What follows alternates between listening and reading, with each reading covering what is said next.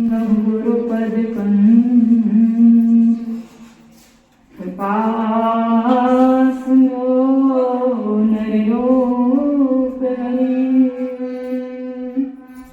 महामोहतम कुंज जासु वचन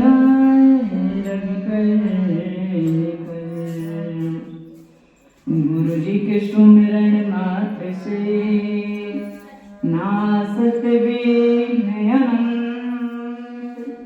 ताते सर्वारंभ में गुरुर्ब्रह्मा गुरुर्विष्णु गुरुर्देवो महेश्वरः गुरुः साक्षात् परब्रह्म तस्मै श्री गुरुवे नमः तस्मै श्री गुरुवे नमः नीलाम्बुजश्यामलकोमलाङ्गं सीतासंहारोपितवामभागं पाणौ महासायिकिचारुचापं नमामि रामं रघुवंशनाथं नमामि रामं रघुवंशनाथं। फ्रेंड्स, बोलिए श्री सद्गुरुदेव महाराज की आदिशक्ति जगजननी श्री माता जी की सभी महान दिव्य विभूतियों की सच्चे दरबार की सनातन धर्म की मानव धर्म की आत्महृदय से उपस्थित भगवत भक्तों एवं आदरणीय भक्तिमती प्यारी माताओं तथा बहनों, भगवान के हेतु की असीम कृपा से काफी देर से हम सब श्री गुरु महाराज जी के चरण कमलों की छत्रछाया बैठकर आदरणीय बाई जी के द्वारा और जो है भक्तों के द्वारा सुंदर सुंदर भजनों का आनंद ले रहे थे। और अभी आप जो है बाई जी के द्वारा बहन जी के द्वारा भजन और सत्संग से लाभ प्राप्त कर रहे थे। कहते सत्संग सुनना शुभ होता है, सत्संग से ही हमारे सारे संशय का निवारण होता है। मनुष्य का जीवन हमें किस लिए मिला है? जब तक सत्संग में नहीं आएंगे तो इस मनुष्य जीवन की कीमत कदर को हम नहीं समझ पाएंगे। हमारा मनुष्य जीवन हमारे हाथों से यूं ही व्यर्थ जा रहा है, बीत रहा है। सुंदर अनमोल अवसर हमारे हाथों से जा रहा है। आज जो अवसर मालिक के हेतु की कृपा से हमें सुलभ हुआ है, प्राप्त हुआ है, यदि इस बहती गंगा में गोता नहीं लगाया, समय के सद्गुरु को नहीं पहचाना, प्रभु चरणों में अपने मन को नहीं लगाया, पछताने के अलावा कुछ हाथ नहीं आएगा। इसलिए मान अहंकार को त्यागिए। सारे संशय का निवारण तुम्हारा कहाँ होगा? सत्संग में। भगवान शिव माता पार्वती को समझाते हुए कहते हैं, राम कथा सुंदर करतारी संशय विहंग उड़ावन हारी। राम कथा कली बिटक कुठारी सादर सुनो गिरिराज कुमारी। भगवान माता सती को समझाते हुए कहते हैं कि हे देवी, राम की भगवान की कथा जो है सारे संशय का निवारण करती है। राम कथा सुंदर करतारी, करतारी यानी ताली। जैसे किसान खेत में बीज बोता है और चिड़ियां आती हैं, दाना चुगती हैं, तो किसान ताली के सहारे चिड़ियों को उड़ा देता है। ऐसे ही हे देवी, हृदय के अंदर में भगवान इंसान को एक अच्छा कर्म करने का, संसार सागर से करने का जीव को मौका देते हैं, अवसर देते हैं। ये मनुष्य का जीवन हमें किस लिए मिला है? भगवान के चरणों से संबंध जोड़ने के लिए, भगवान की लीलाओं का आनंद लेने के लिए, सत्कर्म करने के लिए मनुष्य का जीवन मिला है। पर संशय हमारा नाना प्रकार से हमारे मन के अंदर में संशय उठते रहते हैं। इन संशय का निवारण जब तक सत्संग में नहीं जाएंगे तब तक संशय हमारे अंदर से संशय का निवारण नहीं होगा।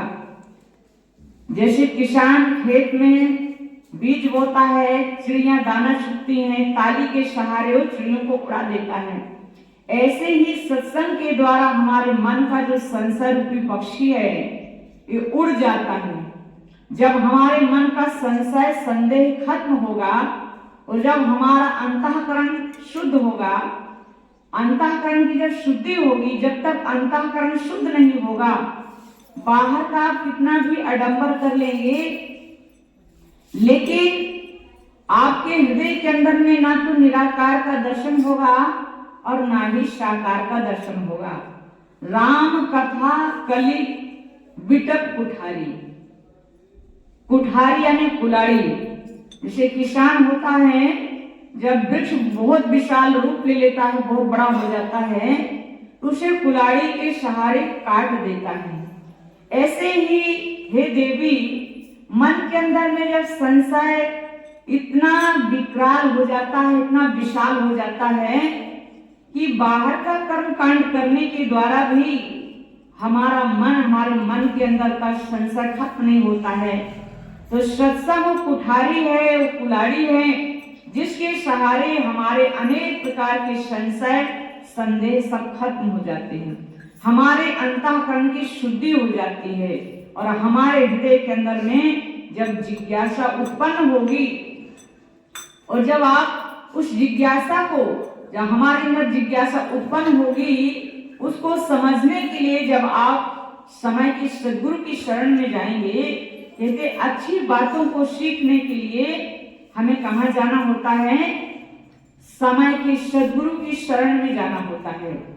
अच्छी सत्शिक्षा को सीखने के लिए, ग्रहण करने के लिए, जैसे एक विद्यार्थी होता है, विद्यार्थी को स्कूल में विद्याध्ययन करने के लिए कॉलेज में, स्कूल में जाना होता है। इसी प्रकार से हमारा जो जीवन है एक विद्यार्थी की तरह होता है।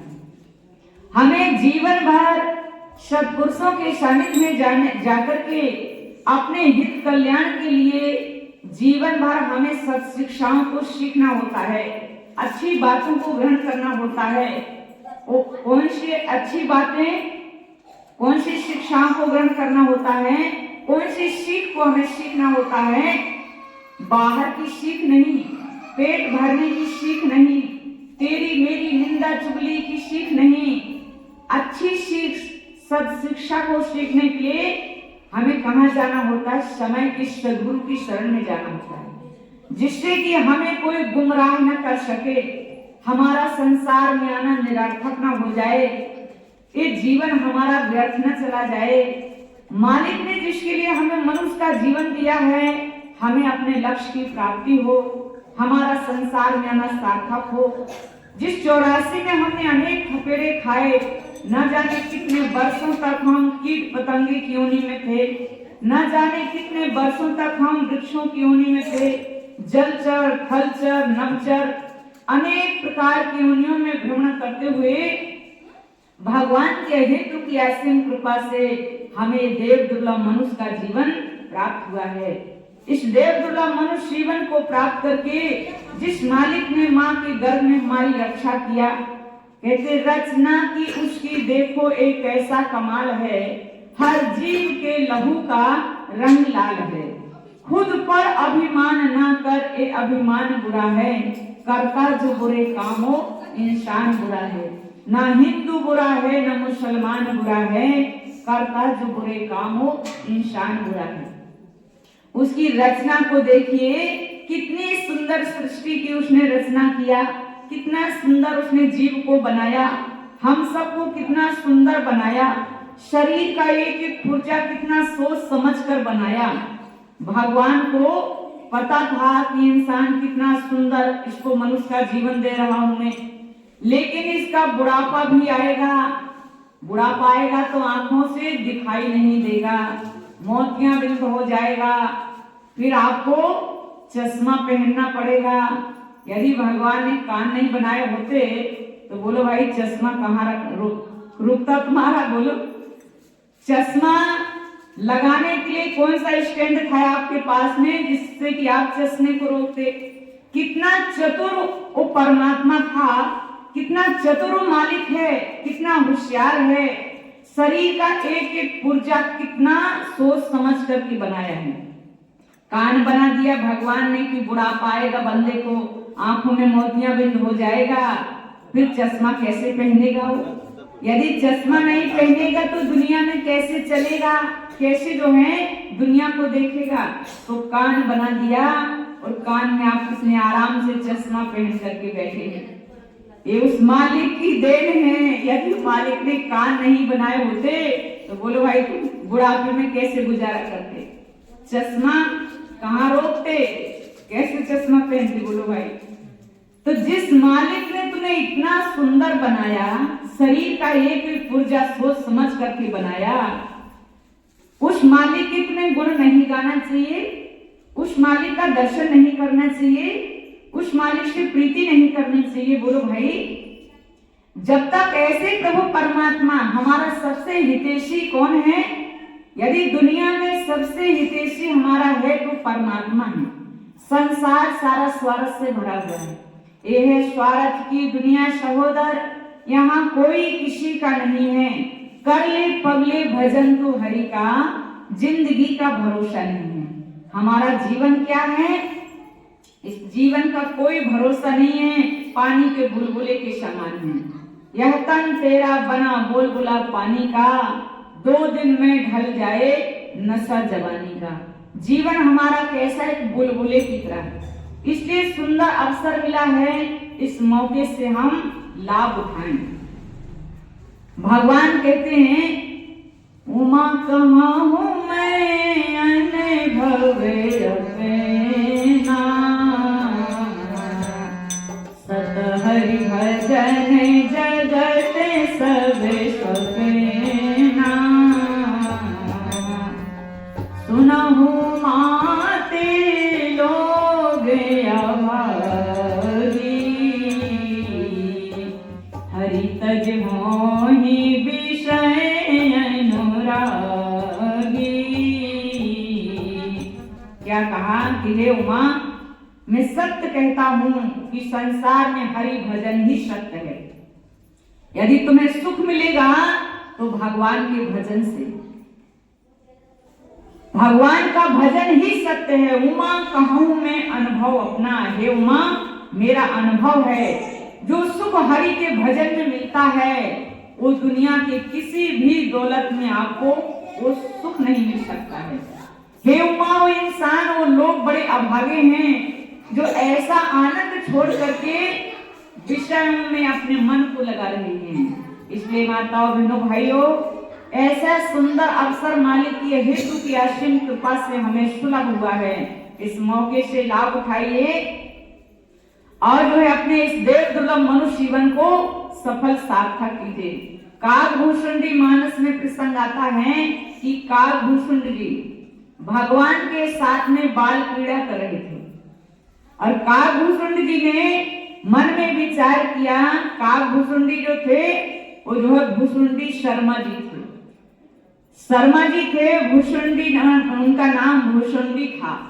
लेकिन ये कहते हैं कि व्यंग किया करते थे, अपने गुरु की बात को नहीं माना, उन्होंने श्राप दे दिया कि तू कौवे की तरह जो है कांव कांव करता रहता है, तू बड़ा अहंकारी है। तो उन्होंने श्राप दे दिया, तो उनका नाम काकभूषुंडी पड़ गया। कौवे की योनि उनको मिलती है भूषुंडी, काकभूषुंडी जो है देखा कि भगवान बाल क्रीड़ा कर रहे हैं, तो काकभूषुंडी जाकर के भगवान के साथ में खेलने लगते हैं।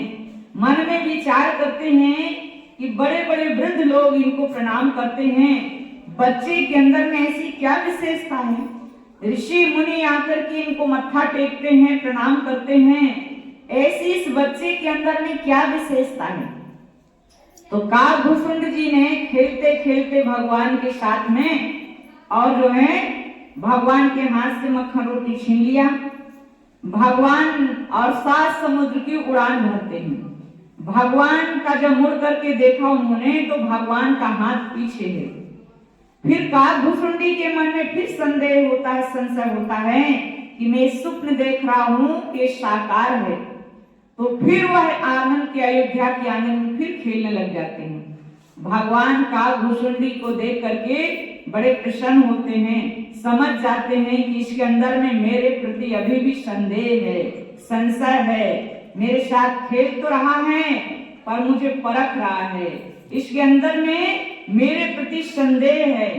तो काकभूषुंड जी भगवान जो है मुस्कुराते हैं और काकभूषुंड जी भगवान के उदर में प्रवेश कर जाते हैं। वहां उन्होंने गंगा, यमुना, चंदा, सूरज, देव, ऋषि, किन्नर, सारा ब्रह्मांड भगवान के अंदर समाया है। उन्होंने भगवान के अंदर में सारा ब्रह्मांड देखा। फिर भगवान से कहते हैं कि ये सब मैं क्या देख रहा हूँ, ये सब स्वप्न है, ये क्या है? अपनी योग माया को अंतर ध्यान कीजिए। फिर भगवान अपनी योग माया को अंतर ध्यान करते हैं। काकभूषुंड जी फिर अयोध्या के आंगन में भगवान के सामने विचरण करते हैं, खेलते हैं। भगवान कहते हैं काकभूषुंड जी हम तुम पर बहुत प्रसन्न हैं, मांगो हमसे वरदान मांगो। काकभूषुंडी मांगे वर अति प्रसन्न मोहि जान, अड़ी मादिक सिद्धि अपन रिद्धि मोक्ष सकल सुख खान। हे काकभूषुंड मैं तेरे ऊपर बहुत प्रसन्न हूँ। रिद्धि सिद्धि मोक्ष सकल सुख जो भी तुझे चाहिए तू मांग ले। तब काकभूषुंड जी गरुड़ जी को समझाते हुए मन में विचार करते हैं कि हे गरुड़ जी, मैंने मन ही मन विचार किया कि भगवान सब कुछ तो मुझे देने के लिए कह रहे हैं पर अपनी भक्ति का नाम नहीं लिया, और भक्ति के बगैर सारे सुख कैसे हैं? सब व्यर्थ हैं, बेकार हैं। कागे रे कागे तू मांगे रे मांगे, तेरा अनुरागे मेरे मन भायो। रिद्धि की सिद्धि की संपत्ति ले हो, ओ देवो में आज जो तेरे मन भायो।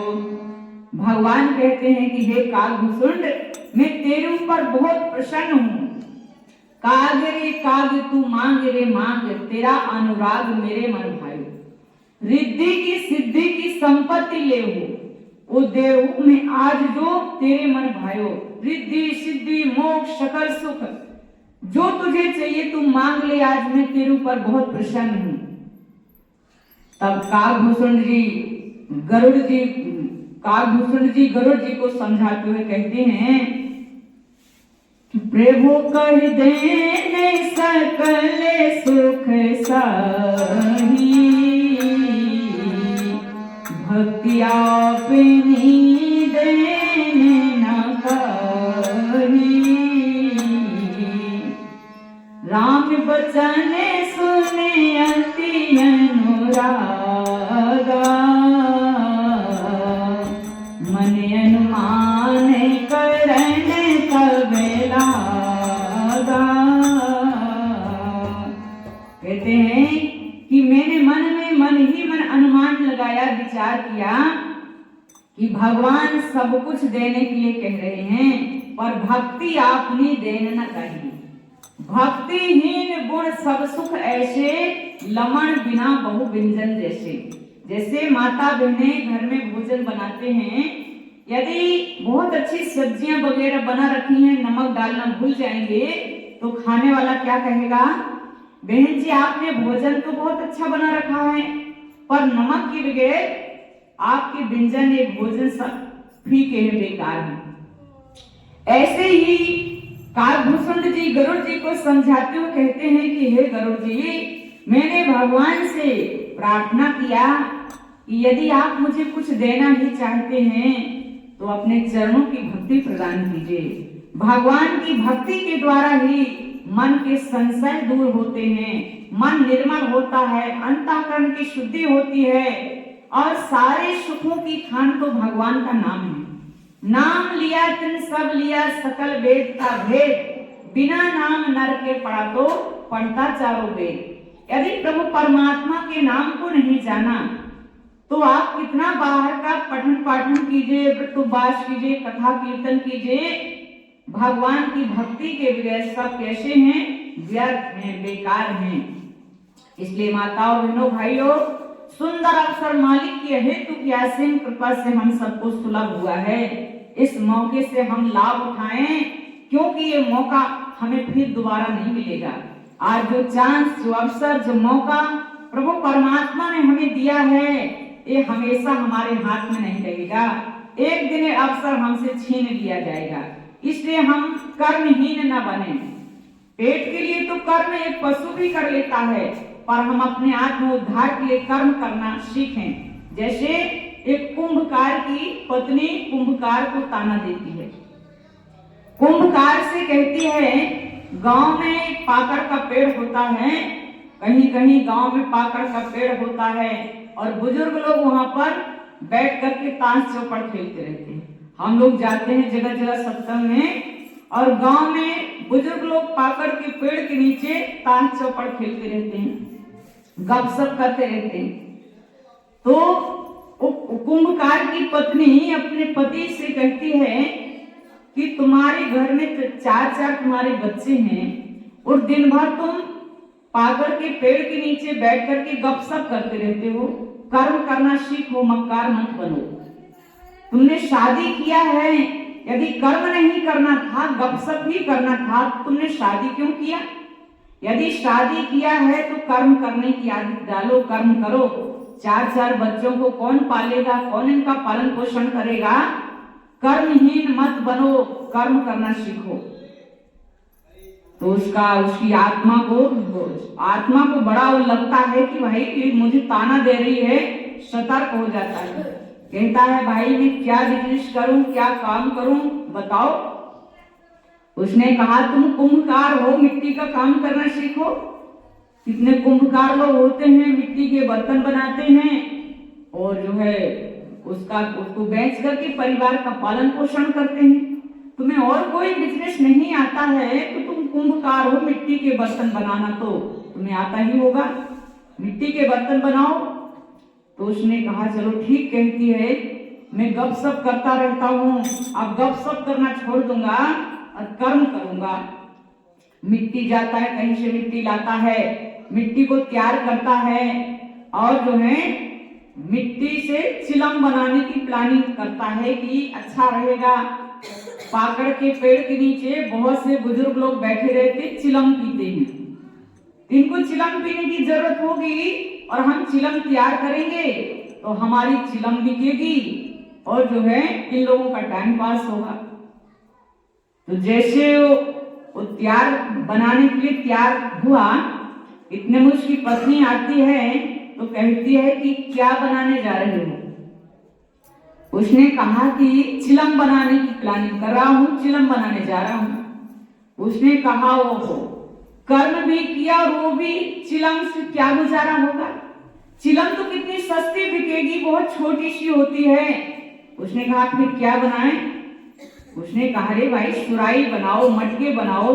मटके बड़े बड़े होते हैं और उसमें गर्मी के दिनों में लोग पानी रखेंगे, पानी पिएंगे तो जो है अच्छा रहेगा, महंगा बिकेगा, हमारा गुजारा होगा।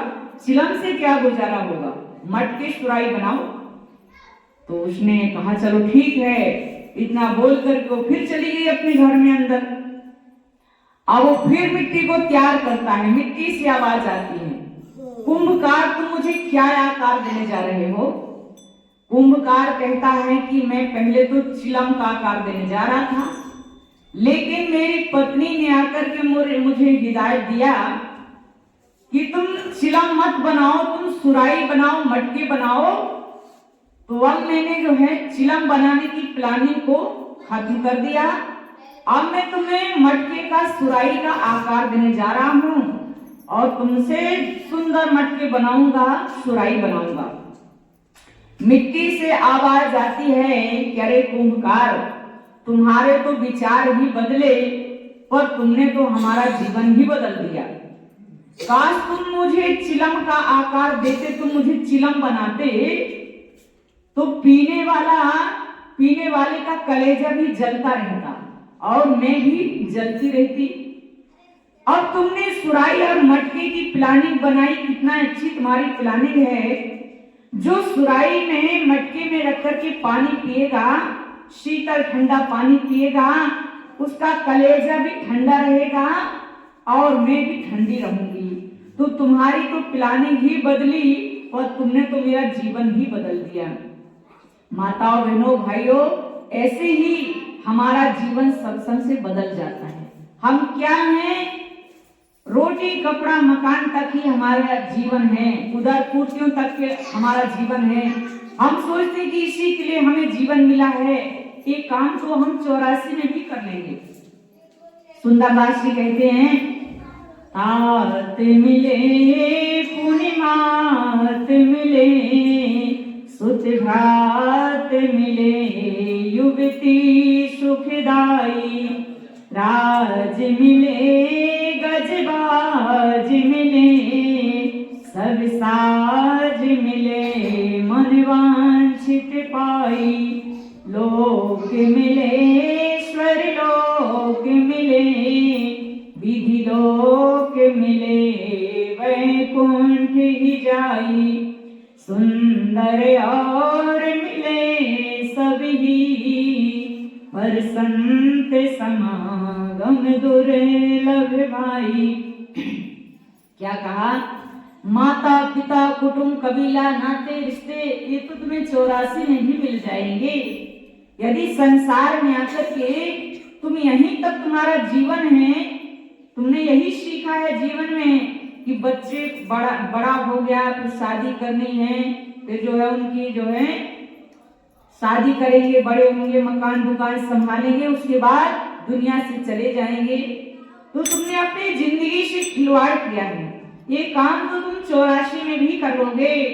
मनुष्य का जीवन तो ईश्वर मिलन की बेला है, ईश्वर मिलन का अवसर है। यही घड़ी यही बेला साधु, यही घड़ी यही बेला रे, लाख खर्च फिर हाथ न आवे मानुष जन्म तो बेला रे। मनुष्य का जीवन भगवान से मिलने के लिए मिला है। मनुष्य शोले में यदि भगवान का दर्शन नहीं किया तो बोलो फिर कब करोगे। तो ये घड़ी ये अवसर किस लिए मिला है? भगवान की भक्ति करने के लिए, भगवान का दर्शन करने के लिए, उनकी लीलाओं का आनंद लेने के लिए। जब जब धर्म की हानि और अधर्म की वृद्धि होती है तो भूमि का भार हरण करने के लिए, गो ब्राह्मण ऋषि मुनियों की रक्षा करने के लिए इस भूमि पर परमात्मा का आगमन होता है, अवतार होता है। उनको हम कैसे पहचानेंगे? दाल रोटी के दिमाग से आप भगवान को परखना चाहते हैं।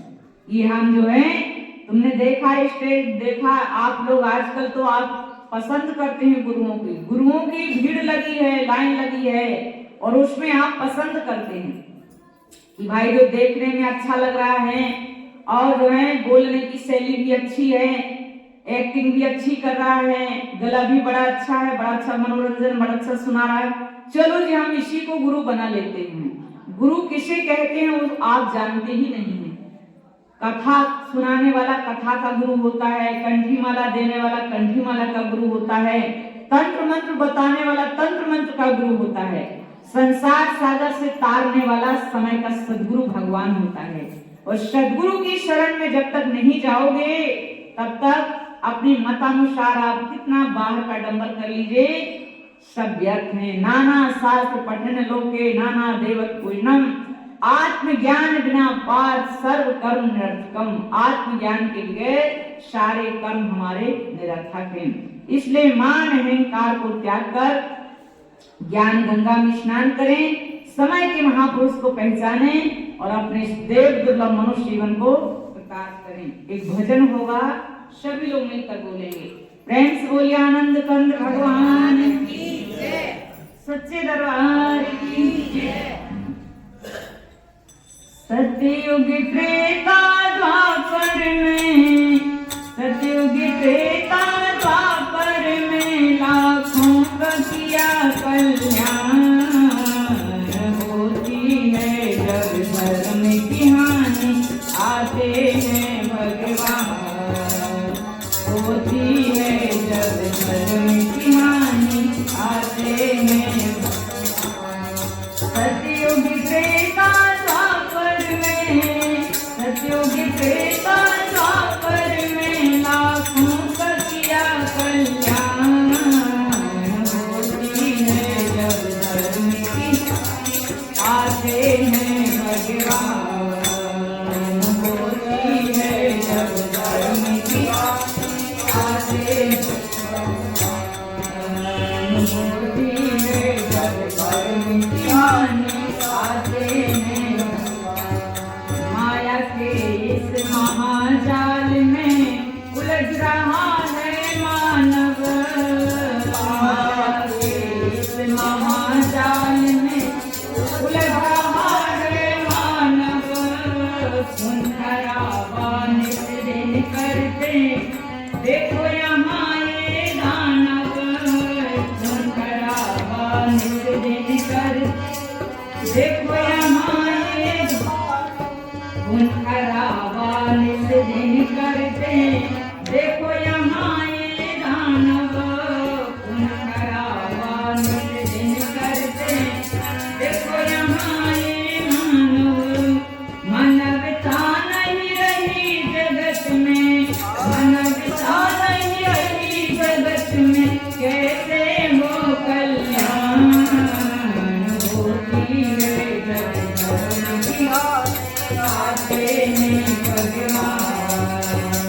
होती है जब धर्म की सतयुग त्रेता द्वापर में, सतयुग त्रेता द्वापर में लाखों का किया कल्याण।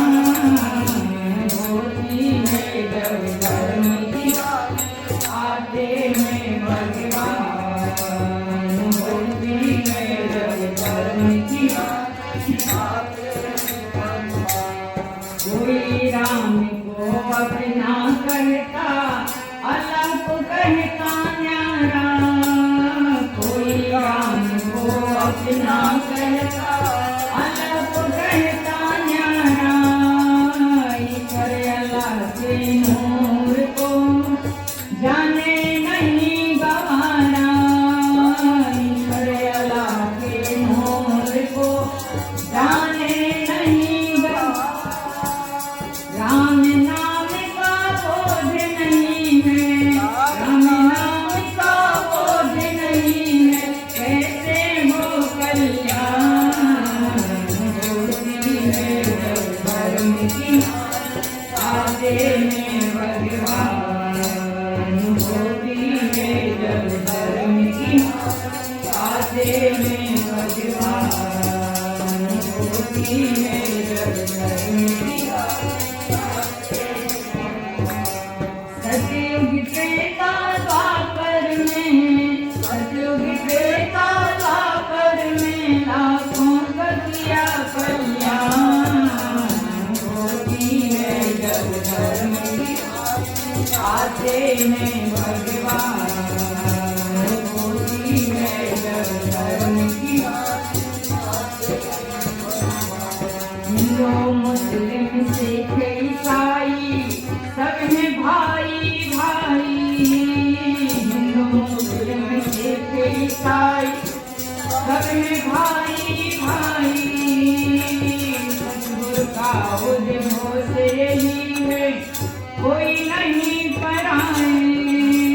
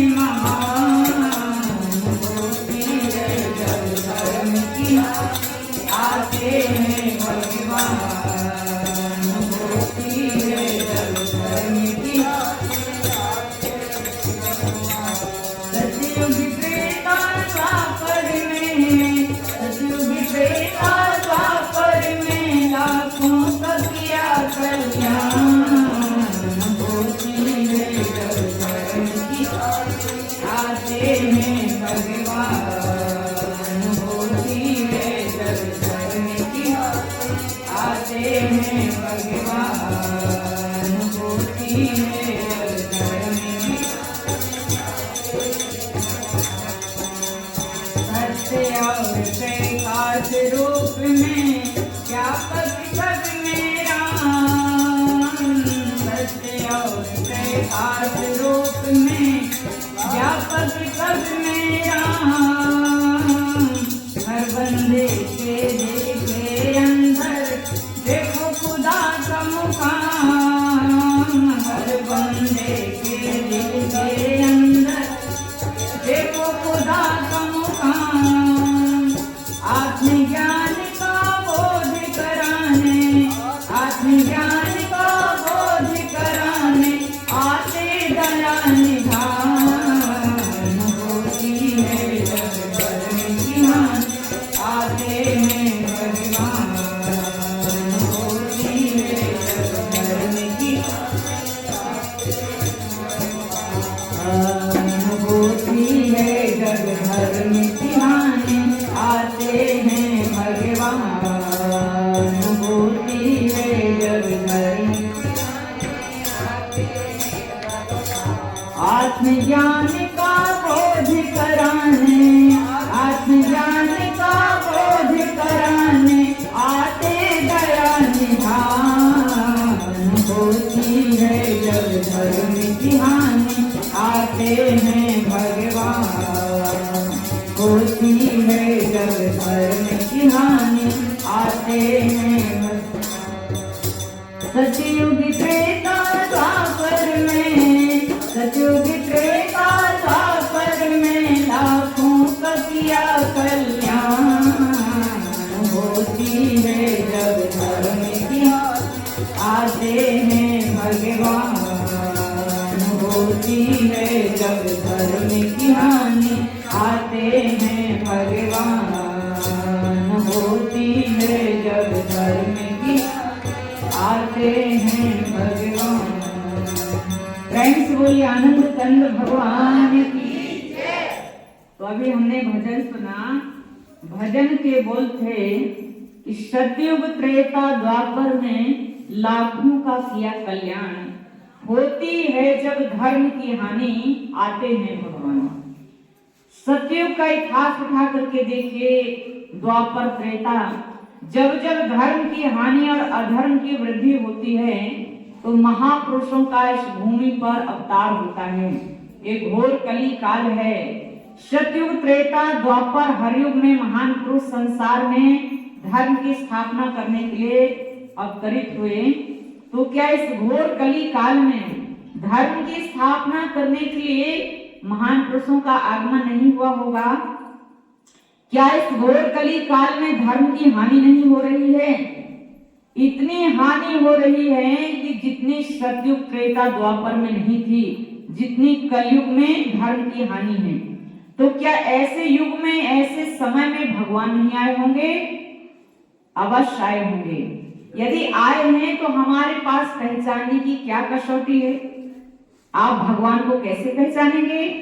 यदि भगवान आए हैं, क्योंकि वेद शास्त्रों का कथन है कि जब जब धर्म की हानि होगी तो महान पुरुषों का आगमन होगा। कृष्ण जी कहते, हे पार्थ, जब जब धर्म घटता और बढ़ता पाप ही, तब तब प्रगट में रूप अपना नित्य धरता आप ही। सज्जन जनों की रक्षा करना है, दुष्ट जन संहार होते, युग युग प्रकट होता स्वयं में धर्म के उद्धार होते। हे पार्थ, जब जब धर्म की हानि और अधर्म की वृद्धि होती है तो धर्म की स्थापना करने के लिए मेरा इस भूमि पर अवतार होता है। तो भगवान का हर युग में अवतार हुआ, कलयुग में भी भगवान का अवतार हुआ। अब हम समय के अवतारी को कैसे पहचानेंगे? अपने मतानुसार आप कितनी मूर्ति पूजा करेंगे? कहते कि छाया पाप जमाने में, गोकुल क्या बरसाने में, ऋषि मुनि व पार न पावे, राम बिके दो आने में, भगवान बिके दो आने में। बना बना मिट्टी की मूर्त रखकर उनको डलियों में, श्री यशोदा को कृष्ण कन्हैया बिकरो बीच गलियारों में। वेद शास्त्र के पाने में, हारे पता लगाने में, ऋषि मुनिव का पार न पावे, राम बिके दो आने में, भगवान बिके दो आने में। ये दुनिया के लोगों की दशा है कि हाजिर में हुज्जत और गैर में तलाश। जब वर्तमान में महान पुरुष आते हैं तो हम अपनी बुद्धि लगाते हैं, उनको परखना चाहते हैं, लेकिन परख नहीं पाते हैं। कहते श्रद्धावान लभते ज्ञानम। भगवान को पाने के लिए श्रद्धा की जरूरत होती है, प्रेम की जरूरत होती है। अहंकार से, चतुराई से आप भगवान को नहीं परख सकते। चाहे इंसान कितना विद्वान है, गुणवान है, धनवान है, लेकिन जब तक तुम्हारे अंदर में भगवान के प्रति श्रद्धा नहीं होगी, तुम झुकोगे नहीं, तब तक भगवान को नहीं पाओगे। शरीरम स्वरूपम तथा वा कलत्रम यस्यारु चित्रम धनम मेरु तुल्यम मनस्यन लग्नम गुरुरंग पद्मे ततहिकिम ततहिकिम ततहिकिम ततहिकिम। तुम बड़े विद्वान हो, बड़े गुणवान हो, धनवान हो, हर कला से परिपूर्ण हो, सुमेरु पर्वत के समान तुम्हारा वैभव है, इंद्र के समान लाखों भूत दरवाजे पर खड़े हैं। यदि मान अहंकार को नहीं त्यागा, समय के महान पुरुष का सानिध्य प्राप्त नहीं किया, आत्मोद्धार के लिए आत्मदर्शन नहीं किया, आत्मज्ञान को नहीं जाना, आत्म साक्षात्कार नहीं किया, तो शंकराचार्य जी कहते हैं ततहिकिम ततहिकिम ततहिकिम ततहिकिम, यानी कि हे मानव तूने कुछ नहीं जाना, कुछ नहीं जाना, कुछ नहीं जाना। और अपने आप को न जानने के कारण फिर तुम्हारी आगे क्या गति होगी? यदि मनुष्य का जीवन मिला, समय के महापुरुष को नहीं जाना, तो आगे क्या गति होगी? पुनरपि जननम पुनरपि मरणम पुनरपि जननी जठरे शयनम यह संसारे खलु दुस्तारे कृपा पारे पाहि मुरारे भज गोविंदम भज गोविंदम गोविंदम भज मूढ़मते। हे मूढ़मते, गो माने इंद्रियां, बिंद माने केंद्र बिंदु। शरीर के अंदर जितनी भी इंद्रियां हैं, इन सब का केंद्र बिंदु क्या है? हमारे शरीर को कौन चला रहा है? आप किसी टॉनिक पर आधारित हैं, अनाज पर आधारित हैं, आपके जीवन का आधार क्या है? आप क्या बोलेंगे? हमारे जीवन का आधार आत्मा है, आत्मा ही परमात्मा है। जब तक शरीर के अंदर आत्मा है तो सारी इंद्रियां कार्य कर रही हैं। जब आत्म शक्ति निकल जाएगी तो सारी इंद्रियां काम करना बंद कर देंगी। इसलिए माता और बहनों भाइयों, उस प्रभु परमात्मा को जानने के लिए समय के तत्वदर्शी ब्रह्मवेत्ता के सानिध्य में जाना होता है। कहते हैं कि संसार में उसी का आना सार्थक होता है जो मान अहंकार को त्याग करके प्रभु चरणों में अपने मन को लगाता है। जब हम भगवान के, हमारे दुख का कारण क्या है? हमारी अज्ञानता। आज समाज के पास सब कुछ है, पर फिर भी हम दुखी क्यों हैं? क्योंकि हमारा मन हमें प्रभु चरणों में नहीं झुकने देता है, हमारा मन भगवान की भक्ति नहीं करने देता है। दुनिया के आडंबर में, काम में हम कितनी हिम्मत जुटाते हैं और जी जान से उस काम को कर लेते हैं, लेकिन जो सबसे श्रेष्ठ कार्य है, सबसे हमारे जीवन में सबसे महत्वपूर्ण और सबसे श्रेष्ठ कार्य क्या है? आत्मा के लिए कर्म करना। सबसे महत्वपूर्ण कार्य है आत्मा के लिए कर्म करना। यदि आत्मा के लिए तुमने कर्म नहीं किया, सारी जिंदगी तुम किसके लिए कर्म करते हो? परिवार के लिए, उदर पूर्तियों के लिए, पर आत्मा के लिए 2 घड़ी कभी भगवान का भजन नहीं करते हो। यही तुम्हारे दुख का कारण है। जब तक भगवान का भजन नहीं करोगे, दुखों का निवारण नहीं होगा। यहाँ भी दुखी हैं और आगे 84 में फिर थपेड़े खाना है, फिर भूखे प्यासे भटकेंगे, रोएंगे, परेशान होंगे, हाथ मसल लेंगे, लेकिन फिर हाथ मसलते रह जाएंगे, फिर ये अवसर हमारे हाथ नहीं आएगा। इसलिए माताओं, बहनों, भाइयों, हम मान अहंकार को त्यागें। अपना हित चाहते हैं, कल्याण चाहते हैं, तो भगवान कहाँ रहता है, कैसे जाना जाता है, उसको हम जीवन के अंदर में समझें। महर्षि वाल्मीकि ऋषि से भगवान रहने के लिए स्थान पूछते हैं। हे वाल्मीकि, मुझे ऐसी जगह बताओ जहां मैं शांति से रह सकूं, नहीं तो अयोध्या वासियों का आना जाना लगा रहेगा और हम अपना आराम से शांति से कार्य नहीं कर पाएंगे, हमारे कार्य में विघ्न बाधा पड़ेगा। तुम मुझे ऐसा स्थान बताओ जहां पर कि हम शांति से रहें। तब जो है वाल्मीकि जी कहते हैं कि ऐसी कौन सी जगह है जहां पर कि आप नहीं, मैं आपके रहने के लिए कौन सी जगह बताऊं भगवान, ऐसी कौन सी जगह है जहां पर कि आप नहीं हैं। सारे विश्व में तो आपका ही राज है, सब जगह आप व्यापक हैं। कहते हैं कहूं सत प्रिय बचन बेचारी, जगत सोवत शरण तुम्हारी, तुम जिनहि राम तुम्हें प्राण प्यारे, तिनके मन सुबे सदन तुम्हारे, तुम्हि छाड़े गति दूसर नाही, राम बसहु तिनके मन माही, स्वामी सखा पितु मात गुरु, जिनके सब तुम तात, मन मंदिर तिनके रहो, सिय सहित दो भ्रात। क्या कहा?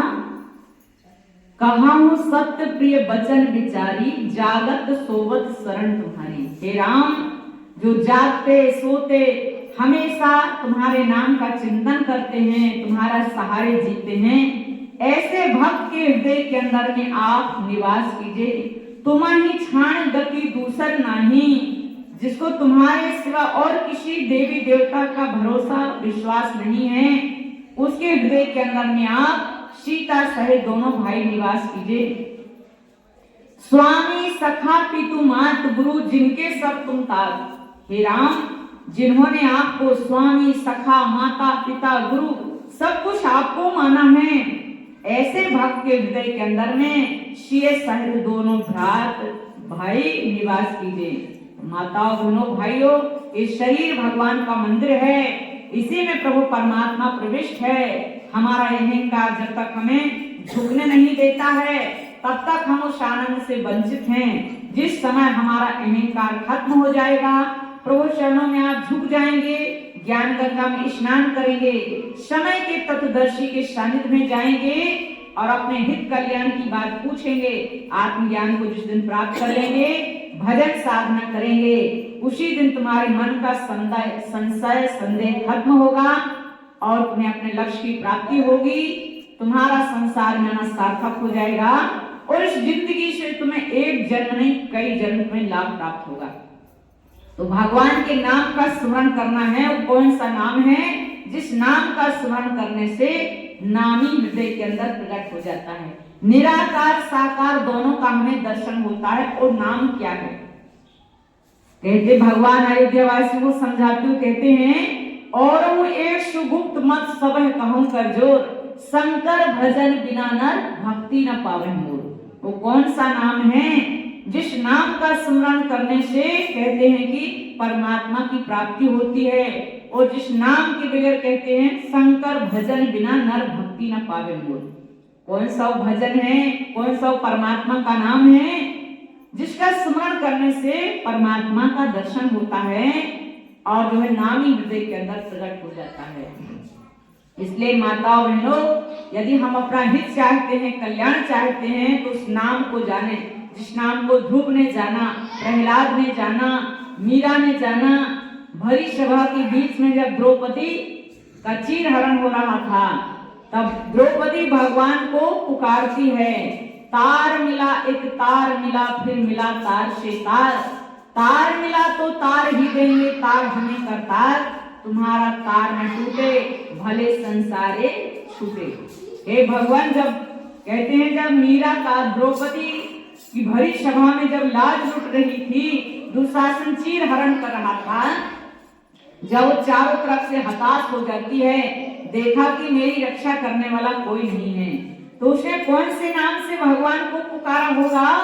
उस समय भगवान कहाँ थे? द्वारिका में थे।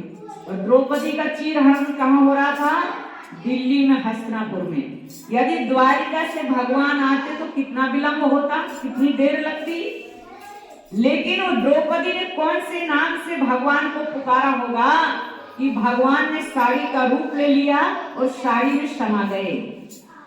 दुशासन साड़ी को खींच करके थक जाता है पर शुरू और अंत नहीं पाता है। साड़ी है कि नारी है, नारी है कि साड़ी है, साड़ी विच नारी है कि नारी विच साड़ी है। परास्त होकर के, हताश होकर के गिर जाता है पर साड़ी का शुरू और अंत नहीं पाता है।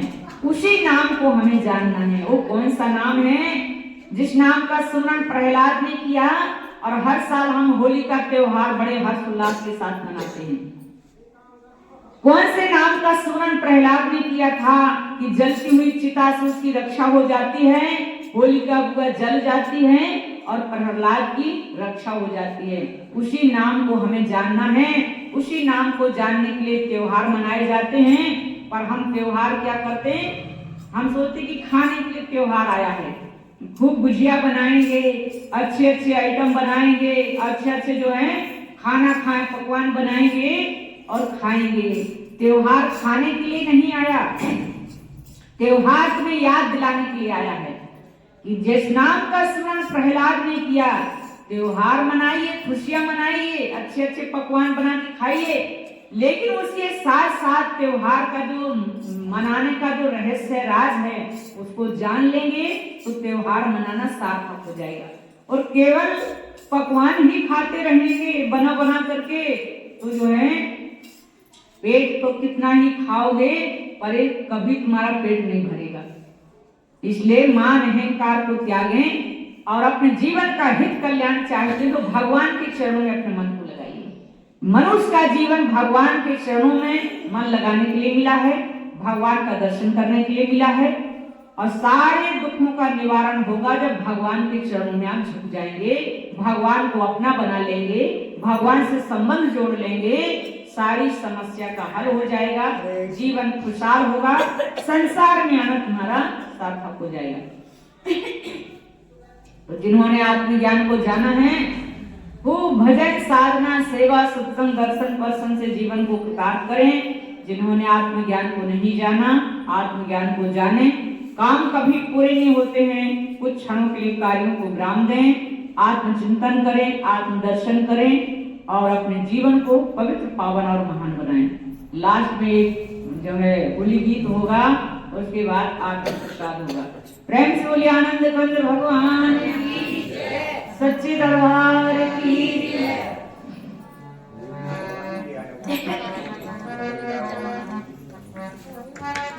प्रेम से बोलिए आनंद कंद भगवान की जय।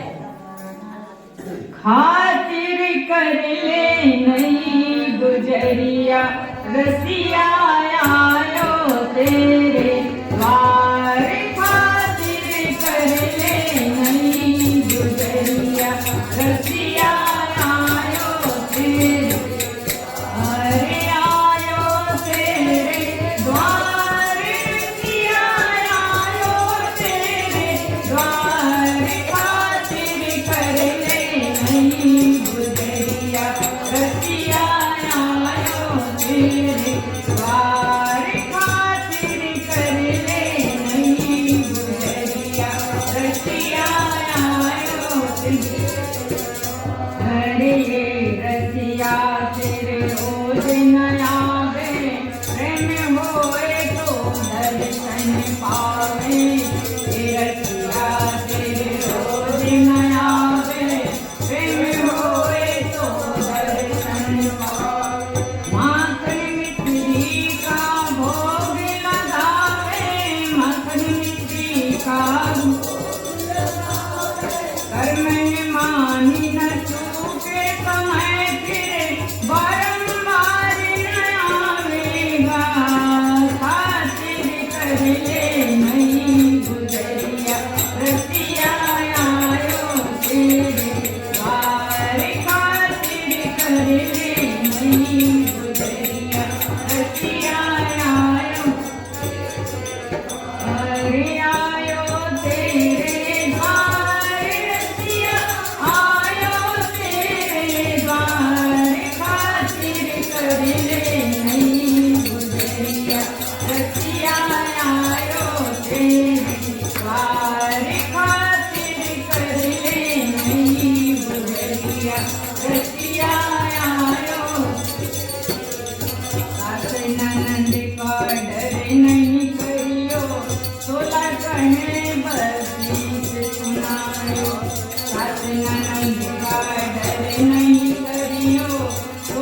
कहीं बसी सुनी।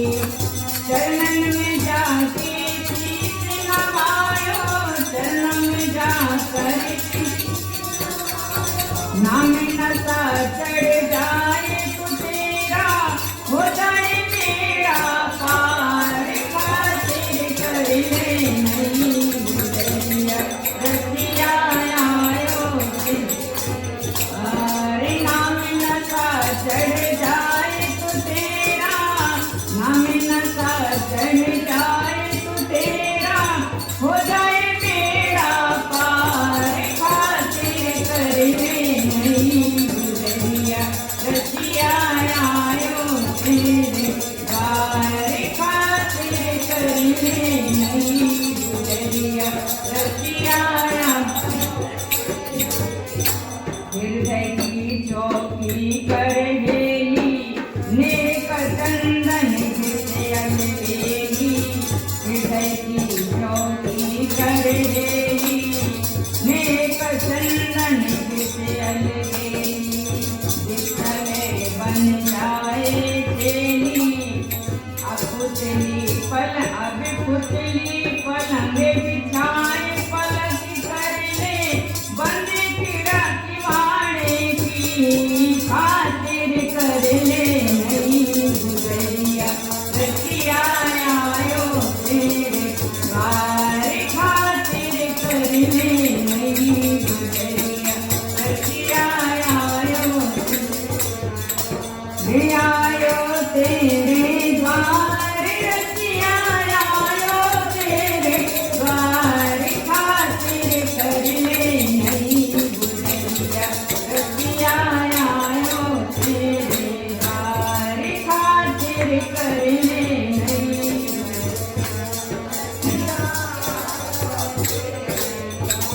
यमुना पार उतर चल गोरी, में कर खेलेंगे होली। यमुना पार उतर चल गोरी, में कर खेलेंगे होली। श्याम रंग में रंग जा छोरी, श्याम रंग चढ़ जाए जगत से हो जाए मेरा पार। श्याम रंग चढ़ जाए जगत से हो जाए मेरा पार। खातिर कर ले नहीं गुजरिया रसिया आयो तेरे द्वार। खातिर कर ले नहीं गुजरिया रसिया आयो तेरे। हरे आयो तेरे द्वार, रसिया आयो तेरे द्वार। खातिर कर ले नहीं गुजरिया रसिया आयो तेरे द्वार। खातिर कर ले नहीं गुजरिया रसिया आयो तेरे द्वार। खातिर कर ले नहीं गुजरिया रसिया।